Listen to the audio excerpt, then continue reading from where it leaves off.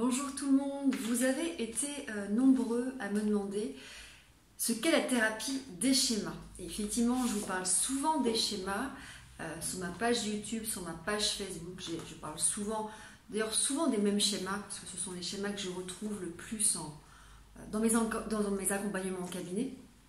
Mais finalement, je n'ai jamais fait de vidéo de présentation ou résumé de ce qu'est la thérapie des schémas. Je vais donc répondre à votre question. Alors, la thérapie des schémas, d'abord, fait partie de la TCCE, thérapie comportementale, cognitive, émotionnelle. Elle a été créée à la base pour répondre pour répondre en fait surtout aux critiques des psychanalystes qui considéraient en fait que la TCCE était un outil qui accompagnait le comment aller mieux, mais qui sous-estimait pourquoi est-ce que j'ai ce trouble anxieux, pourquoi j'ai déclenché cette dépression, pourquoi, voilà, donc on va un petit peu farfouiller effectivement dans l'enfance et comprendre quelles sont finalement les causes du mal-être. Alors la thérapie des schémas a été du coup développée pour répondre à cette notion de pourquoi. Donc, pourquoi je vais mal plutôt que comment m'en sortir. Et forcément, les deux du coup sont très complémentaires. Donc la thérapie des schémas, comme son nom l'indique, va traiter des schémas d'auto-sabotage que l'on a développés pendant l'enfance. Effectivement, pendant l'enfance, un certain nombre de besoins n'ont peut-être pas été nourris par les parents de manière volontaire ou involontaire, de manière consciente ou inconsciente, et quoi qu'il en soit, à partir du moment où ces besoins n'ont pas été nourris chez l'enfant, il y a donc un manque qui s'était installé, manque affectif, voilà, d'autres choses, et forcément l'enfant est venu adopter des stratégies d'adaptation qui ont bien fonctionné effectivement quand il était enfant, mais qu'il a gardé à force de fonctionnement et de répétition. Et si effectivement cette stratégie d'adaptation fonctionnait bien dans l'enfance, eh bien elle n'est plus forcément adaptée une fois adulte, puisque quand on est adulte, on est responsable, autonome, on a la possibilité de se sécuriser soi-même, on a la possibilité de se défendre soi-même, on a la possibilité d'être entendu, en tout cas de faire entendre ses besoins. Donc tout effectivement l'intérêt de la thérapie des schémas, c'est de comprendre quels sont les schémas qui ont été développés pendant l'enfance. Des schémas, il y en a 18 que j'ai résumé ici. Je vous avais déjà montré ce petit tableau, mais je vais vous le réexpliquer.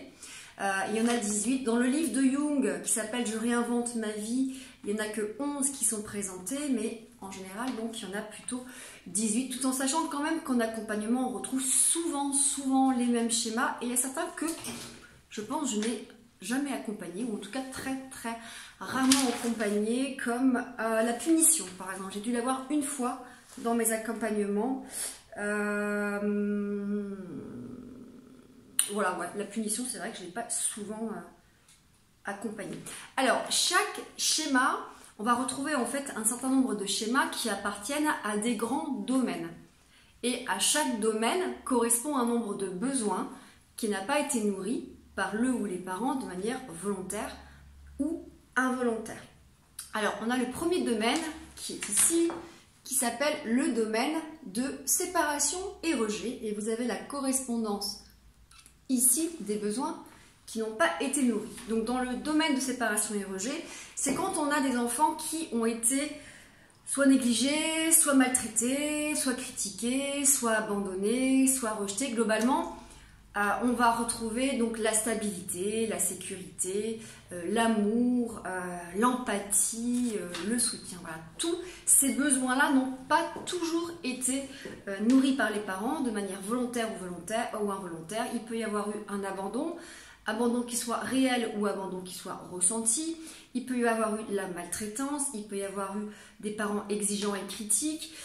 Il peut aussi y avoir eu des parents malades, malheureusement, avec parfois des dépressions et involontairement ne peuvent pas être disponibles pour l'enfant qui parfois a dû être parentifié avant l'âge ou s'occuper de son parent malade. Voilà. Donc, tout ça, c'est le premier domaine, séparation et rejet. On va retrouver les schémas de abandon, méfiance, abus, imperfection, isolement, et le dernier qui est le manque affectif, le manque affectif abandon.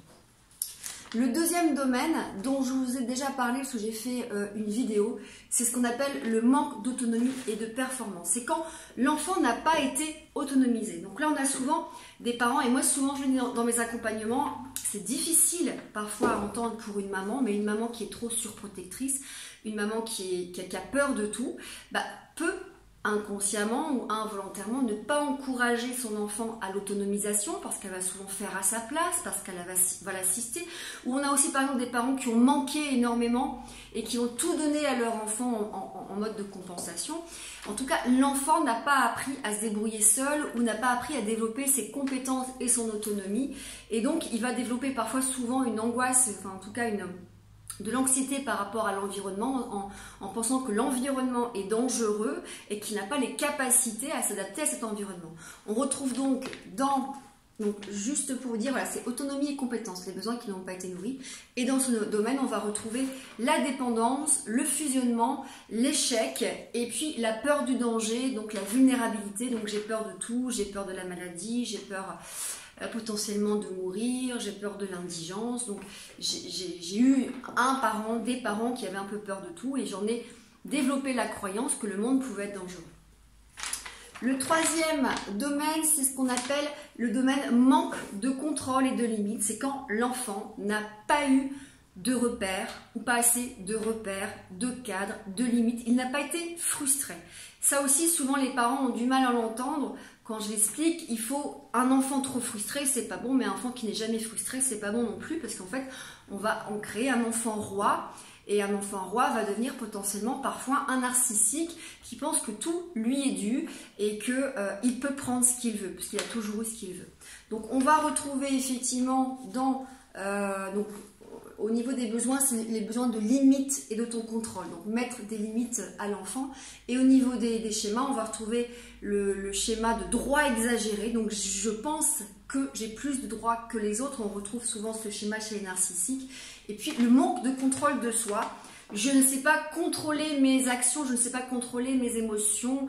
Donc il peut y avoir des formes d'addiction, de boulimie, de choses comme ça. Je ne sais pas contrôler parce qu'on n'a pas appris non plus à me réguler, soit au niveau émotionnel ou à me contrôler, à me limiter. On va retrouver le domaine qu'on appelle hypervigilance et inhibition.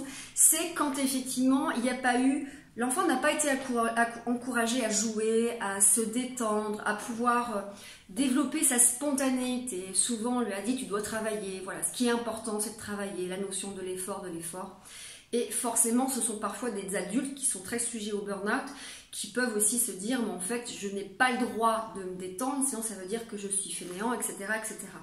Donc là, on va retrouver les schémas de négativité, de perfectionnisme idéo-exigeant, de punition et de surcontrôle émotionnel, quand effectivement je contrôle mes émotions parce qu'on ne m'a pas autorisé non plus à pouvoir spontanément exprimer mes émotions.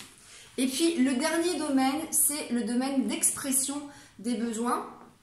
On va donc, expression des besoins et des émotions, donc avec un domaine qui s'appelle le besoin des expressions, orientation vers les autres. On n'a pas forcément ni écouté l'enfant, ni encouragé l'enfant à exprimer ses besoins ou bien ses sentiments. Et donc forcément, il a développé parfois la croyance qu'il n'avait pas le droit d'exprimer ses besoins, qu'il devait au contraire se soumettre aux besoins des autres ou à l'autorité des autres, qu'il devait satisfaire les autres. Et donc on va retrouver les schémas que sont l'abnégation, donc le sacrifice, l'assujettissement, c'est quand je crois qu'en fait je dois me soumettre aux autres, et puis le manque de reconnaissance. Voilà, donc vous avez ces trois schémas. Je vous rappelle qu'en fait les schémas peuvent... En fait, il y a trois stratégies d'adaptation. Soit on peut les reproduire, soit on peut les éviter, soit on peut les compenser. Donc, quand on les reproduit, on va dans le sens de son schéma. Quand on évite, on ne veut surtout pas rentrer dans le schéma avec des stratégies d'évitement, donc de fuite ou d'addiction, puisqu'effectivement, l'addiction permet de fuir également dans les ressentis, les émotions. Et puis, quand je compense mon schéma, je fais totalement l'inverse de mon schéma. Donc, pour vous donner un exemple, on va partir sur le schéma imperfection, qui est un schéma que je connais bien parce qu'en fait ça fait partie, moi j'ai le schéma en fait perfectionnisme et j'ai aussi eu le schéma imperfection, mais que je compense énormément avec un schéma de perfectionnisme idéo-exigeant. Donc ça, quand on effectivement reproduit son schéma, on peut avoir tendance à se dévaloriser, à dire effectivement qu'on n'est pas à la hauteur, ou qu'on n'est pas assez bien, ou qu'on n'est pas assez intelligent, qu'on n'est pas assez, on va se comparer énormément aux autres. Quand on évite son schéma imperfection, on évite de rentrer en relation avec l'autre parce qu'on va effectivement ne pas vouloir montrer son image pour que l'autre ne voit pas qui on est et à quel point on est imparfait. Et puis quand on va compenser son schéma imperfection, on peut devenir extrêmement critique avec l'autre et on va, ou alors peut-être potentiellement devenir parfait pour justement qu'on ne voit pas qu'on est imparfait. Et dans ce cas-là, on peut avoir en face le schéma idéo-exigeant perfectionnisme qui est la compensation d'un schéma d'imperfection. Donc on est sur un schéma stratégie de perfectionnisme pour compenser un schéma d'imperfection. Donc si je suis parfait, si je suis parfaite, on ne pourra pas voir à quel point je suis imparfaite. Voilà, donc j'espère que cette vidéo qui doit être un peu longue, elle fait 11 minutes, vous aura été utile sur la compréhension des schémas. Vous avez, alors je ne l'ai pas là, mais je le montre souvent, un bouquin qui est vraiment super, que je vous ai déjà présenté plein de fois, c'est « Je réinvente ma vie » de Jung, qui est un bouquin sur la thérapie des schémas. Ce bouquin ne présente que 8 schémas, mais les principaux schémas. En cabinet, on retrouve souvent l'abnégation, l'assujettissement, l'abandon, le manque affectif que je traite énormément. Je vous ai dit quoi? L'imperfection, on le retrouve assez souvent et du coup le perfectionnisme, on peut le retrouver en compensation de ces schémas-là. Le schéma de dépendance aussi. Dépendance, c'est un schéma que je retrouve souvent. Alors forcément, comme je traite aussi beaucoup de la dépendance affective et des relations toxiques, dans les relations toxiques, dans la dépendance affective, on retrouve très souvent le schéma dépendance ou fusionnement, le schéma manque affectif, le schéma abandon, bien évidemment. Et puis le schéma imperfection peut provoquer des relations toxiques, peut-être pas de dépendance, mais des relations toxiques, dans le sens où il peut y avoir de la possessivité, de la comparaison, on va vouloir emprisonner l'autre parce qu'on a toujours peur d'être comparé et que l'autre trouve mieux que nous. Voilà, j'espère que cela vous aura été utile. Je vous souhaite une très bonne soirée, mais tout dépend à quel moment de la journée vous visualisez cette vidéo. À très bientôt, prenez soin de vous.